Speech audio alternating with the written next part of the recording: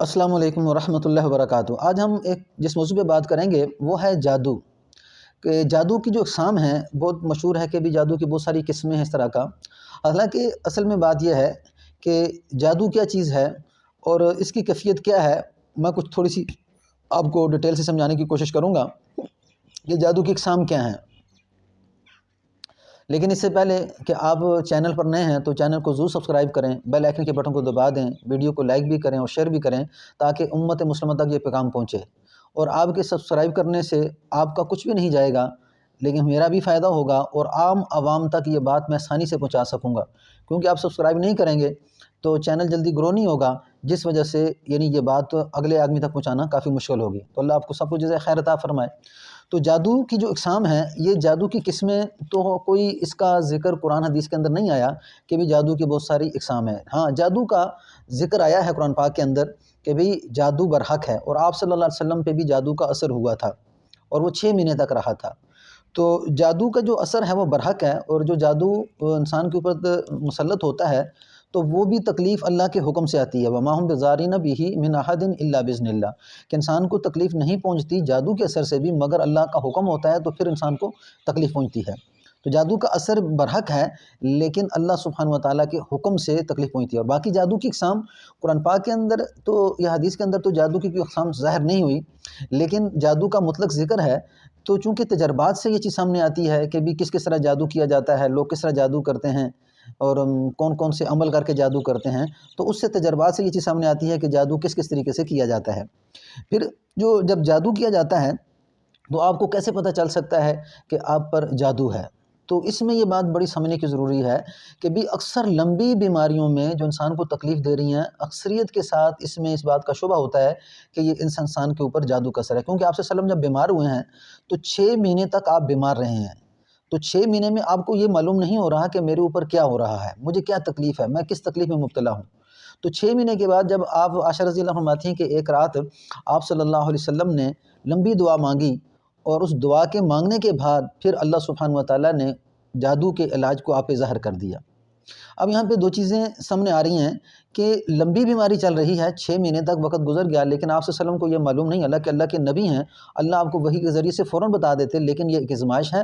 اللہ اس میں یہ دیکھنا چاہتے ہیں کہ یہ کتنا صبر کرنے والا ہے، کتنا اللہ سبحانہ وتعالیٰ کو راضی کرنے والا ہے۔ جو بیماری آ رہی ہے، پریشانی آ رہی ہے، اس میں اللہ آپ کو آزمانا چاہتے ہیں کہ آیا آپ کتنا اللہ سبحانہ وتعالیٰ کی طرف متوجہ ہوں گے۔ اس کر کے یہاں پہ جو بیماری لمبی چل رہی ہے، تو یہ بیماری کا لمبا ہونا یہ آپ کے اوپر ایک آزمائش ہے، تو اس آزمائش میں آپ نے اللہ کی طرف متوجہ ہونا ہے۔ جیسے آپ صلی اللہ علیہ وسلم نے جو عمل کیا تھا تو وہ آپ روز دعا مانگتے تھے، لیکن عائشہ فرماتی ہیں رضی اللہ تعالیٰ عنہ کہ ایک رات آپ نے لمبی دعا مانگی، تو اس دعا کے اثر سے کیا ہوا کہ اللہ سبحانہ وتعالیٰ نے اس علاج کو ظاہر کر دیا، اور پھر آپ پہ کیا کیا کہ 2 فرشتے آئے، ایک دائیں طرف، ایک پاؤں کی طرف کھڑا ہو گیا، ایک جو ہے سرانے کی طرف۔ تو ایک نے دوسرے سوال کیا کہ کیا ہوا اس نبی پہ؟ فرمایا جادو کیا گیا۔ کس نے کیا؟ لبید بن عاصم نے۔ کہاں دفن ہے؟ زروان نامی قمے کے اندر دفن ہے، اور اس کا علاج کیا ہے؟ فرمایا یوسف فلقۃ الناس، اس طرح پڑھیں، ان کا علاج ہو جائے گا۔ تو یہ جو ظاہر ہوا ہے، تو یہ لمبی بیماری کے بعد دعا کو کرنے سے ظاہر ہوئی ہے یہ چیز۔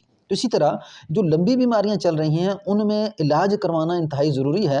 اگر وہ اس علاج کو نہیں سمجھے گا تو ان لمبی بیماریوں میں یہ انسان پریشان ہو جائے گا، اور پھر ڈاکٹری علاج میں پیسے بے تحاشا لگائے گا، اور پھر اسی طرح جگہ جگہ پہ وہ کوشش کرے گا میری بیماری ٹھیک ہو جائے، لیکن وہ بیماری اس کے بدن سے نہیں نکلے گی۔ اس کر کے روحانی طور پہ جتنی بھی بیماریاں چل رہی ہیں ان کا ٹریٹمنٹ کرنا انتہائی ضروری ہے۔ تو وہ ہوتا ہے کہ بعض کو تو یہ لوگوں میں کہ جی وہ کیا کرتے ہیں، جب لمبی بیماری میں مبتلا ہو جاتا ہے تو پھر وہ کیا کرتا ہے کہ مریض جو ہے نا کسی کے پاس جاتا ہے تو بتانے والا کہتا ہے اس کو کہ بھی بتانے والے کو کہتا ہے کہ بھی ایسا کرو کہ مجھے کیا ہوا کہ میرے اوپر مجھے تکلیف نہیں جا رہی۔ تو یہ بتانے والا بھی جاہل ہوتا ہے، اور جس کو بتایا جاتا ہے یہ بھی جاہل ہوتا ہے۔ وہ کیا کہتا ہے، جس کو یہ بتا رہا ہے، جو حساب و کتاب کرتا ہے، کوئی بتانے والا کہتا ہے کہ فلاں آدمی کے پاس چلو جو حساب و کتاب کر لو، تو وہ حساب و کتاب کرنے کے بعد کہتا ہے تیرے اوپر جادو ہے۔ تو یہ جادو کا بتانا ہی کیا ہے، گناہ ہے دوسرے کو۔ اس کا علاج ہے، اور وہ جو معالج ہوتا ہے وہ معالج کیا کرتا ہے کہ تجربات سے اور علامتوں سے پتہ چلتا ہے کہ ہاں اس مریض کے اوپر کون سا اثر ہو سکتا ہے۔ پھر اس کے اوپر رقیہ دم کیا جاتا ہے کہ جس کے اثر سے وہ آہستہ آہستہ بیماری ختم ہو جاتی ہے، اور شرعاً حساب و کتاب کرنے کی کوئی اجازت قرآن حدیث میں نہیں آ رہی، بلکہ ممانعت ہے کہ جو کسی کاہن کے پاس جاتا ہے گویا اس نے اللہ کے نبی پہ جو قرآن اترا اس کا انکار کیا۔ تو اس کر کے جب اس طرح کا معاملہ ہو، کسی بیماری میں مبتلا ہو گیا، تو اس علاج کو خوب اچھی طرح سمجھ کے ایسے معالج سے میں خود علاج کرتا ہوں۔ اگر آپ مجھ سے رابطہ کرنا چاہیں تو میرا نمبر جو ہے نا ڈسکرپشن میں لکھا ہوا ہوگا، آپ مجھ سے رابطہ کر سکتے ہیں۔ تو اس کا علاج جو صحیح طریقے سے کرنے والا ہے، یعنی کہ یکدم علاج نہیں ہوتا، حساب و کتاب کرنے سے علاج نہیں ہوتا۔ تو جو بتانے والا ہوتا ہے وہ بھی جاہل ہوتا ہے، جس کو بتایا جاتا ہے وہ بھی جاہل ہوتا ہے، پھر حساب کتاب کے پیچھے بھاگتا رہتا ہے۔ حالانکہ اللہ نے نظر کو بتایا برحق ہے، جادو کو بتایا برحق ہے، جناتی بیماری برحق ہے، لیکن اس کا علاج ہم قرآن حدیث کی روشنی میں نہیں کرتے، جس وجہ سے ہم پھنس جاتے ہیں۔ اور بعض لوگ تو کہتے ہیں جی نہیں جی علاج کرنا ہی ضروری نہیں ہے، ایسے بھی بدبخت ہیں۔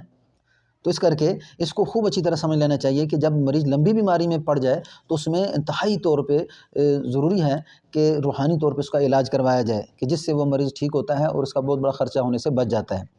تو جب آپ صلی اللہ علیہ وسلم نے دعا مانگی تو اللہ نے 6 مہینے کے بعد آپ صلی اللہ علیہ وسلم کو تندرست فرما دیا۔ تو شیطان جو ہوتا ہے انسانوں میں سے بھی ہوتا ہے اور جنات سے بھی ہوتا ہے، تو یہ وسوسے پیدا کرتا ہے مختلف قسم کے، کہ شیطان آ کے انسانوں کو کہتا ہے نہیں جی آپ فلاں آدمی کے پاس جائیں گے، روحانی جو ہے علاج کرنے والا ہے وہ تو ٹھیک نہیں ہے، اس طرح کی باتیں دل میں ڈال دیتا ہے، جس سے انسان اپنے اصل علاج کرنے سے محروم رہ جاتا ہے۔ اور پھر شیطان چونکہ جس طرح انسان نیک ہیں برے ہیں، تو پورے معاشرے میں اچھے انسان بھی ہیں برے بھی ہیں۔ ایک علاج وہ ہوتا ہے کہ جو اللہ نے شرعاً اس کو جائز قرار دیا ہے، ایک علاج وہ ہے کہ جس کو شرعاً حرام قرار دیا ہے۔ جیسے جادو کا علاج جادو سے کرنا، کیا آپ گندگی کو پانی سے صاف کریں گے یا گندگی کو گندگی سے صاف کریں گے؟ جادو تو خود گندی چیز ہے، اب اس کا علاج جادو سے کرانا شرعاً حرام ہے، یعنی کہ یہ گناہ ہے۔ تو اس کا علاج گندگی سے تھوڑی کیا جا سکتا ہے، اس کا علاج تو حدیث اور قرآن حدیث کی روشنی میں، یعنی کہ جو اللہ نے قرآن نازل کیا اس کے ذریعے سے کریں، کیونکہ اللہ نے قرآن کو شفاعت کہا ہے۔ تو اسی طرح جیسے پانی گندگی کو بھا دیتی ہے، اسی طرح قرآن جادو کو ختم کر دیتا ہے، اور اس طرح پھر وہ مریض آہستہ آہستہ ٹھیک ہونا شروع ہو جاتا ہے۔ اس کر کے شرعی دم سے، جس کو رقیہ شرعیہ کے ساتھ علاج کرنا کہا جاتا ہے، کہ اس سے علاج کروایا جائے، اور ایسا معالج جو قرآن حدیث کو جاننے والا ہو، تو الحمدللہ بڑی سے بڑی بیماری اللہ سبحانہ و تعالیٰ ٹھیک فرما دیتے ہیں۔ تو اس کر کے جادو کی کچھ اقسام جو ہے نا بولا جاتا ہے، تو جادو کی اقسام تو نہیں ہے، لیکن اس کے اندر انسان کو تجربہ ہوتا ہے کہ یہ کس طرح جادو کیا گیا ہے اور یہ کس وجہ سے، کیونکہ بعض اوقات جادو کیا جاتا ہے ٹوپی پہ، جیسے ٹوپی پہ کیا تو ٹوپی پہ کر کے کیا ہوتا ہے کہ وہ جو انسان جس کے کو تکلیف ہو رہی ہوتی ہے، تو اس نے اگر ٹوپی وہ پہنی ہوئی ہے تو پھر اس کے سر میں درد ہو جاتا ہے۔ بعض اوقات سر کے بالوں پہ جادو کیا جائے تو اس میں سر میں درد رہتا ہے۔ بعض اوقات اس کے کپڑوں سے، جیسے قمیض ہے، قمیض کے اوپر جادو کیا جائے تو اس کے معدے میں تکلیف ہوتی ہے۔ بعض اوقات بوٹوں کے جو نیچے تلوے ہیں انسان کے، جو پاؤں ہیں، وہ بوٹ جو پہنتا ہے اس کے اوپر جادو کیا جاتا ہے تو پھر انسان کے تلووں میں درد ہوتا ہے۔ اس طرح کی مختلف کیفیتیں ہوتی ہیں کہ جس سے انسان کے بدن میں تکلیف شروع ہو جاتی ہے اور وہ مریض پریشان ہو جاتا ہے۔ اور لوگ کیا کرتے ہیں کہ ظاہری طور پہ جو علاج چل رہے ہیں اسباب کے طور پہ، تو ان کی طرف بھاگتے ہیں۔ تو جس طرح یہ انسان ڈاکٹری اسباب کے ساتھ علاج کرتا ہے، دوائی ہو گیا، میڈیسن وغیرہ، اسی طرح اللہ نے جادو، نظر اور جناتی بیماریوں کا علاج روحانی طور پر دم کے ساتھ رکھا ہوا ہے۔ اور حدیث کے اندر آتا ہے کہ کوئی مرض ایسا نہیں ہوتا جس کے لیے اللہ نے علاج اتارا نہ ہو۔ تو نظر کا علاج دوائیوں سے ہوگا، اس طرح اگر جادو کی اندر بیماری جسم میں ہے تو جادو کا علاج دوائیوں سے ہوگا، نہیں ہو سکتا، کہ جب تک اس کا علاج جو قرآن حدیث کے اندر آ رہا ہے کہ جادو کا علاج کیسے کرنا ہے، نظر کا علاج کیسے کرنا ہے، اور اسی طرح جنات کا علاج کیسے کرنا ہے، تو اس کے ساتھ علاج نہیں ہوگا تو مریض ٹھیک نہیں ہوتا۔ آپ کو ویڈیو اچھی لگے تو لائک اور شیئر ضرور کریں۔ اللہ آپ کو جزائے خیر دے۔ السلام علیکم ورحمۃ اللہ وبرکاتہ۔